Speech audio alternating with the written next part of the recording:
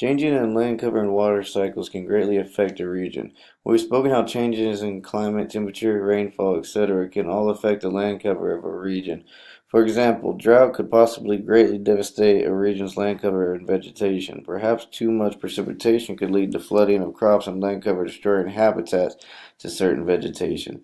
Urbanization of cities and people changing landscapes of places for with infrastructure and expansion. The United States is one of the regions that deals with much of this as a fast-growing and expanding nation, as well as the location of the region and all the climatic factors it has.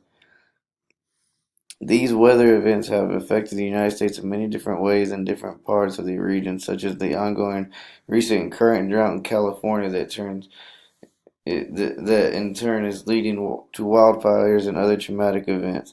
Portions of the Southwest that have monsoon-like rain seasons flooding and destroying much of the vegetation in cities.